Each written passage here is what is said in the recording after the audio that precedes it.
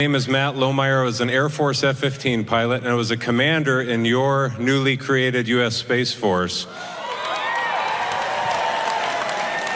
I am also the first veteran of the Space Force because under the Biden-Harris regime, I was fired from my command and lost my pension for criticizing DEI trainings that were rampant in the military.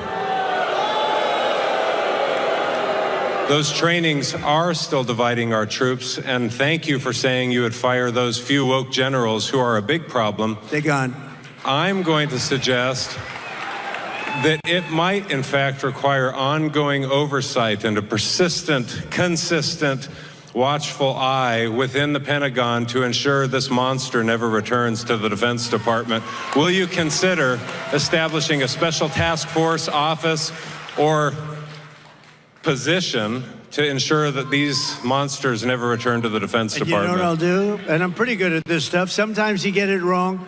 I'm going to put you on that task force. I think it's good. Not going to do better than him. I'll put you on. Make sure you give the name. Thank you. Beautiful, right? I have your approval. Yes, sir. I have your approval. We're not going to get better than him. You're right about it. You're right. 100%. Thank you. Absolutely brilliant. So as we all know, DEI, diversity, equity, and inclusion, and woke ideologies have indeed slowly crept their way into our military and military academies. As I'm sure you also know, by allowing this, the government has systematically weakened our defenses, a weakness that adversarial nations clearly sense. So obviously, what happened on November 5th was a step in the right direction. But as you just heard there, the rot runs deep, and it must be patiently and persistently rooted out. Now, of course, we're seeing just how serious Trump is taking this with the nomination of Pete Hegseth as defense secretary. But all of this does raise the question, how deep is this rot? How bad is it? And can a change in leadership truly end it? Well, joining me today to discuss these things is Matthew Nugent. Matthew's on the board of the MacArthur Society of West Point graduates and a graduate from West Point class of 1996. Now, in light of the Marxist problems in our military, the MacArthur Society is doing great things, and we'll get to all of that in mere moments. But in the meantime, make sure to check them out by just clicking on the link in the description below to subscribe to their newsletter or donate if you feel called to partner with them in this battle for the soul of our military. So, Matt, welcome, my friend. Great to have you with us. It is a great honor to be here, Dr. Steve. I am also a fan. I've listened to hundreds of your shows, as well as my children. They know who Dr. Steve is, and it's great to be part of your audience and here on your show. Well, I am honored to have their daddy on my program so that they could see you on there as well. They're going to hear that, Dr. Steve, and they're going to love it. Well, I love them. So how many kids do you have? We have 3 kids, one in college, 2 twins. They're 16 and a half, and they're boys, and I love them. Oh, God bless you. God bless you, and God bless them. And please convey to them my appreciation, my thanks, my gratitude for them. So give us a sense of what's actually going on here. You're on the front lines of this. Just how serious of a problem is DEI and other woke initiatives in our militaries?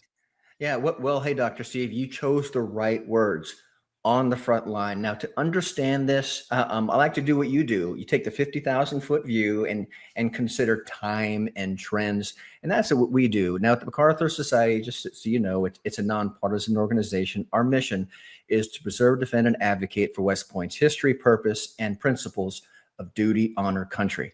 So to understand the big picture, I'll give you a couple of things. First, the right lens, and the second is what you touched upon, knowingly or not, and it's called the spectrum of war. First of all, you have to understand that what we're talking about is warfare, okay? When you consider the problems in the military of wokeness, DEI, cultural Marxism, you have to understand that they're enemies that want to destroy America. They hate us. They hate our form of government, our Republican form of government, where those that govern are, put there by the governed. They don't like our free enterprise system. They don't like our free speech, the right to bear arms, our Judeo-Christian heritage. They want to destroy us. That said, our enemies are smart, persistent, and patient. Now, they know that it's very difficult to defeat the United States from the outside. Okay, so what they do is, and if you go back in history a little bit, between World War I and World War II, post-World War I, what the French did is they created a complex line of defenses between France and Germany called the Maginot Line. Yet the Nazi Germany still was able to get boots on the Champs-Élysées within a matter of weeks. And they very simply went around the Maginot Line. Okay. Now, bringing it to today, in that example, it was what you call kinetic warfare. We're talking bullets, bombs, tanks, ripping flesh, etc., destroying buildings. Now, on the other side of the spectrum is what we call non-kinetic warfare. It has many names, gray zone warfare, unconventional warfare, unrestricted warfare. In this case, it's basically a way to harm your adversary without using bombs, what have you.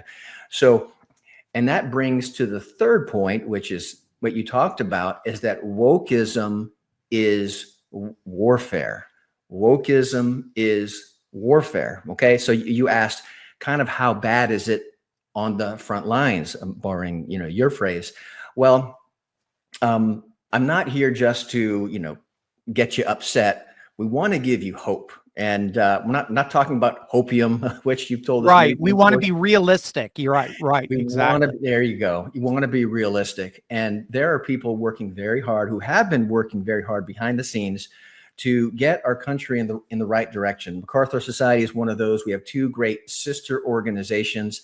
One, Matthew Lohmeyer, a very courageous American citizen and a brilliant man. He was one of the first to see this. Criticized our country and got fired. He's in a sister organization called STARS.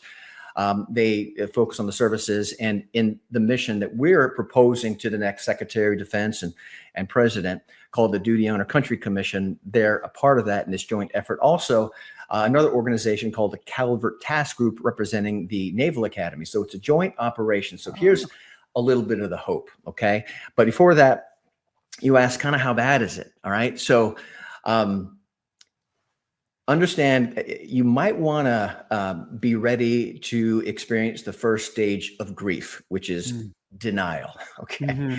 So let's look at West Point, for example. And if you go to MacArthurSociety.org, it's all documented. It's a first-class website, and everything there is rock solid. You can depend on it. Okay. So West Point actually has a minor in diversity and inclusion. It's cultural Marxism, ladies and gentlemen. And they actually had a couple of students that were approved for a capstone project. I mean, you're a professor. Some people may not know what a capstone project is. If it's part of your minor and major, you work on one project for the whole semester or whole year. And this capstone projects, there were a couple of them. There were two talks. One talk, you ready for this? Okay. I'm just feeling myself. The history of cross-dressing in the military. Wow. Another one is deconstructing patriotism. Now, if you know anything about cultural Marxism, that phrase deconstructing, it's cultural Marxism. So, and let's go over to the Naval Academy. They have their own diversity and inclusion minor as well. And a couple of midshipmen, naval midshipmen, reported to us in the back channels on two separate occasions in those classes. They were required when they report, because every day you report in class, sir, ma'am, X many cadets or midshipmen here is kind of one of the things they do. And when they were required to report, they had to say their name and their pronouns. Oh my gosh. Yeah. This is everywhere. Insanity. So going over to the Air Force Academy, and there's a lot more that you could look in, but the Air Force Academy has probably had the worst attack. Worst. Yeah. Colorado, man. The Air Force, it's that high altitude that they're breathing in. I don't know what it is. It could be, but the Air Force Academy has gotten a 1-2 punch. So their superintendent, attack their honor code. Now, they call it, we're compromising for the students of today. That's not how you do it. Leaders lead and set the standard. Now, the cadet honor code between the Air Force Academy and the West Point are basically the same. A cadet will not lie, cheat, or steal, nor tolerate those who do. So if you tolerate someone who lies, cheats, or steal, you're breaking the honor code and you can be kicked out. Right. So it is a big deal. Now, to be really clear, everybody has to understand that what makes our service academies exceptional is the honor code. Without an honor code, there is no reason for the service academies to exist. Without the honor code, they're nothing more than expensive colleges with fancy uniforms. Okay. So yes. If you're an enemy to the United States, what do you attack? You attack the crown jewel. And in our service academies, it's the honor code. So the superintendent recently said he is not going to enforce the toleration clause of the honor code for the first 2 years. That is a direct attack at what makes a service academy exceptional. Yeah. And remember I said the 1-2 punch? Well, what has also taken place at the service academy is every squadron. In the Army, it's called a company. In the Air Force, it's called a squadron. Every squadron has been assigned a diversity officer, and on their uniform, they wear a purple rope. Wow. So imagine this. You're destroying what makes your institution exceptional, and you're elevating cultural Marxism.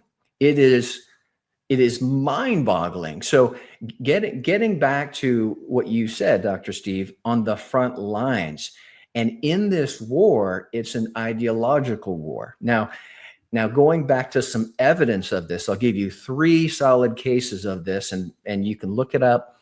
One is Yuri Bezmenov. He was kind of well-known in the 80s. He was a high-level KGB officer. For those of you, former Soviet Union.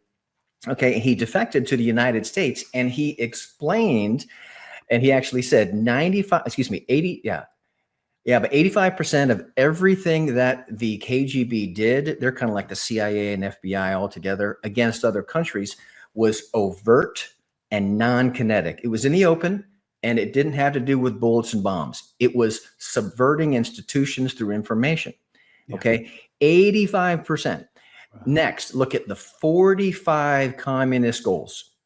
45 communist goals. And it lists, these are all non-kinetic warfare. Control the education system, control at least one political party, control the Hollywood. And they have achieved many of these. Now, a third one, and what's really interesting about the MacArthur Society is we've got leaders, men and women who have been on the front lines. And in this case, we have a general, and he's the one that helped us. His name is General Casey, Major General, retired. Part of becoming a general is they send you to different places. And he said back when he became a general, they actually sent him to a conference where he heard 2 Chinese, CCP, People's Liberation Army, speak. And it was a round table with or big chairs in a circle, and they were all generals at that level. And these 2 officers said very arrogantly, "We know how we are going to beat you." And they basically described non-kinetic warfare. They even wrote a book about it. It's called Unrestricted Warfare. And what they said was, Americans don't understand non-kinetic warfare. And they were right.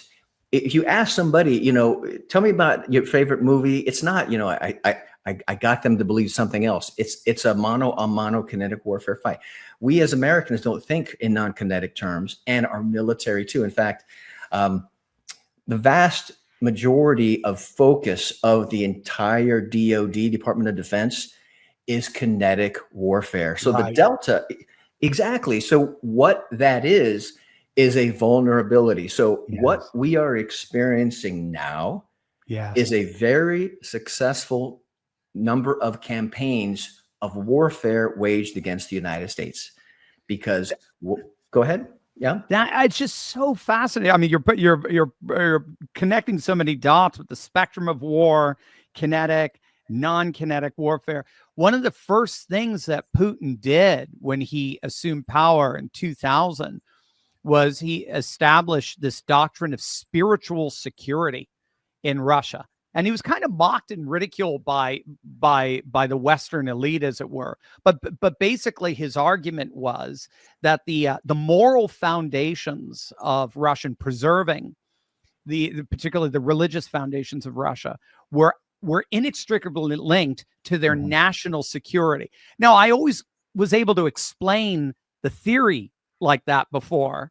But what you're just saying is what he was saying is non-kinetic security is inextricably linked to kinetic security. They need each other and they imply one another. And if all we're doing, like in the Yeltsin years, is partying and letting the oligarchs take over and so forth, if that's all we're doing, we're going to lose. That's right. We're going to lose the whole thing. We're missing the spectrum of war. That's so brilliant. The way before you and I went live here, we were talking about our Judeo-Christian foundations, our moral foundations, and it seems like that's exactly what they rotted out. You're not gonna rot out the honor code of a military academy before you first hollow out the moral grounding upon which it's situated. Yeah. Oh, what? And here's a word I'm going to give you that we probably should expand on. It's the concept of subversion. Okay. We may not have enough time today, but before I became an officer, I was enlisted and I was military intelligence. I had kind of two jobs. One was electronic warfare, which was to break into the frequency. And the other, I learned the language. I've been trained in about 6. But there was this story of somebody who was kind of in our job. He was just an E4 specialist. And it was in Germany. It was, your unit against Op4 opposing forces. And he broke into their frequency. And over the course of the entire exercise, first he moved the squad to chow. That's what we call it, have lunch, have chow. And he listened to them. And in order for him to get the challenge and password, he listened. So he moved, he gave a correct order, and he subverted the squad's communications. And he worked his way up and he consolidated an entire battalion. A squad's about 10, a platoon is about 30, 40, a company of 120. So battalion, we're talking 500, 600 warfighters. And he went to his platoon leader and he said, "Sir, I think I got the whole battalion together." He looked at his work and he said, "You did. We're going to call in an artillery strike." So this E4 specialist, he's not even a non-commissioned officer, in a short period of time, almost single-handedly destroyed an entire infantry battalion. Now, understand this. The pretext to kinetic warfare was non-kinetic warfare. Yes. Yeah. So there's so many. Now imagine that was just one soldier backed by, obviously the artillery and good officers. But imagine a larger scope where you have countries working against us, working in years and decades. So now I want to give you guys a little bit of hope. Okay. As you know, it started on November 5th. There was a mandate for America saying we want change. Now, a MacArthur Society, we're focused on issues, not necessarily on a party. It's a nonpartisan organization, and we can tell you that there are a lot of leadership that understand that wokeism is warfare. That they understand that our generals, they let some of our generals, not all, because I can tell you, Dr. Steve, that there are some conversations happening behind the scenes between MacArthur Society and other organizations with generals who have pushed against this wokeness and this warfare. Okay, so I will qualify it. Some generals have allowed the enemy in the gates. Okay, so there has been discussion about removing those generals. That's a policy the MacArthur Society is very much behind. Now, how that happens, listen, we are brothers and sisters. We are fellow citizens. What is going on right now, I think, will require a wise hand. This can be equated to the post-Civil War, although not as bloody. I mean, 600,000 dead between the North and South. It's terrible. Now, this could have been more bloody had not, November 5th happened and America stood up. Okay. But we are for a proper dispensation of wisdom and executive orders.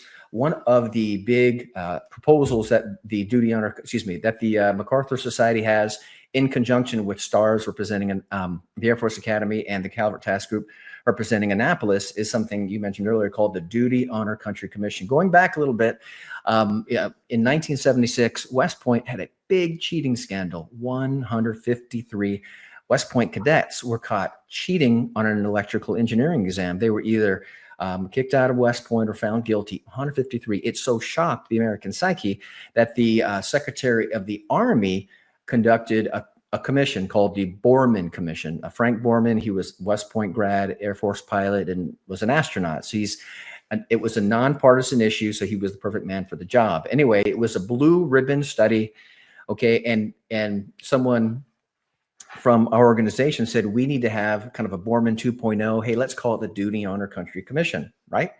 Now, and we other organizations, STARS and Calvert Task Group, are part of it. So this is a joint operation, but it's much more significant because it's not just about honor. It's about lowering standards.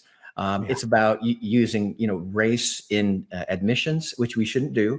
And there are a lot of other issues. And it's not just one service academy. It's all three. Now, granted, just so you know, there are 5 real service academies, but the combat oriented ones are United States Military Academy at West Point, United States Naval Academy at Annapolis, and the United States Air Force Academy in Colorado Springs. There's also United States Merchant Marine Academy, which is shipping, and the United States Coast Guard Academy, which is, obviously Coast Guard. So, but we're focusing on the 3 because they're in the Department of Defense.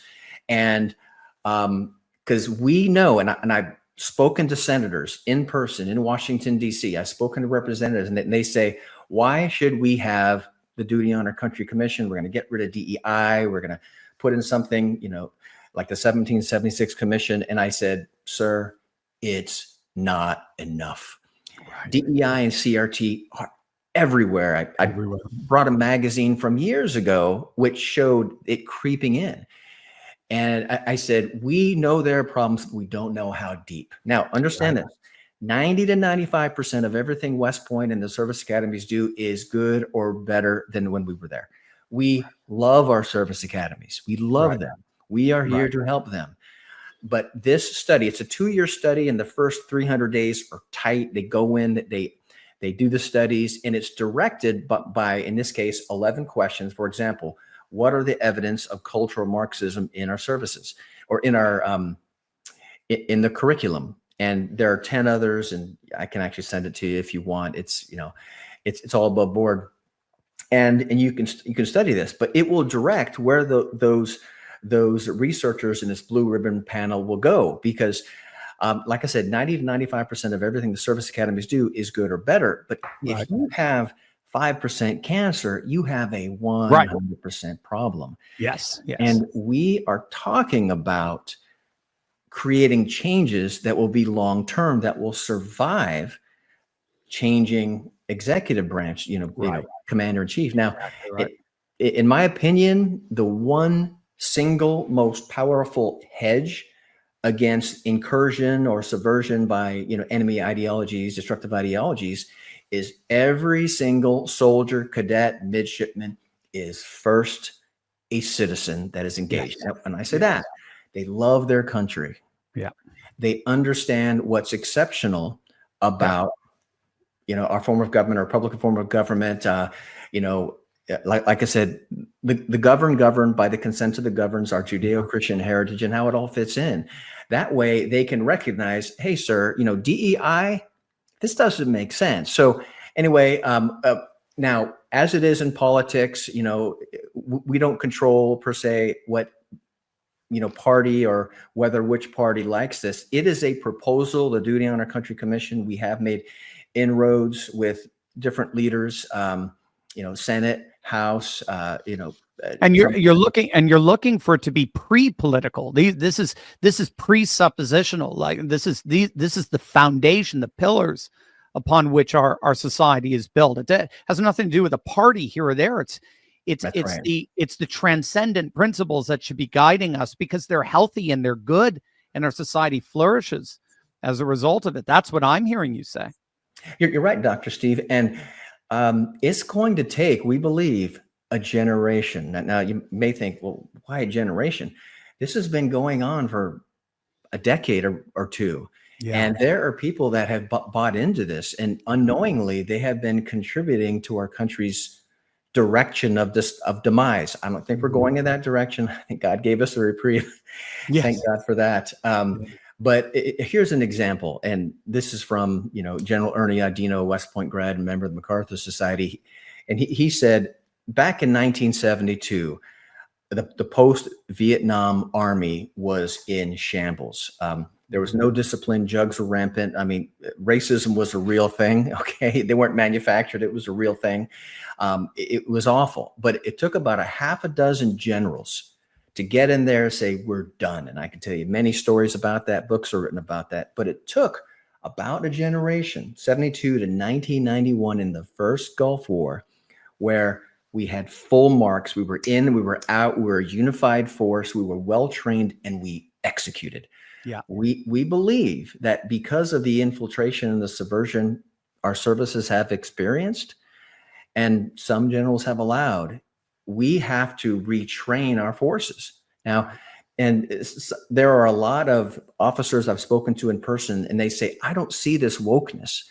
And I understand what they're saying, but what they also don't see is the great patriots who decided not to participate in our military because of the wokeness that they may not see first line. So anyway, there's a lot there to cover.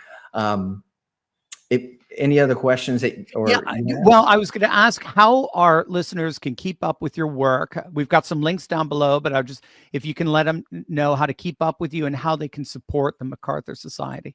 Thank you, Dr. Steve. So a couple ways you can participate. Go to MacArthurSociety.org. That's MAC, MacArthurSociety.org. Get on our newsletter. Check out our website. We also have town halls once a month. We usually have subject matter expert, which is very empowering. Awesome. Gang. I mean, you heard it. I mean, this is a serious problem. But thank God we have some serious people addressing this a serious problem. The MacArthur Society is doing amazing things, literally saving our country from itself.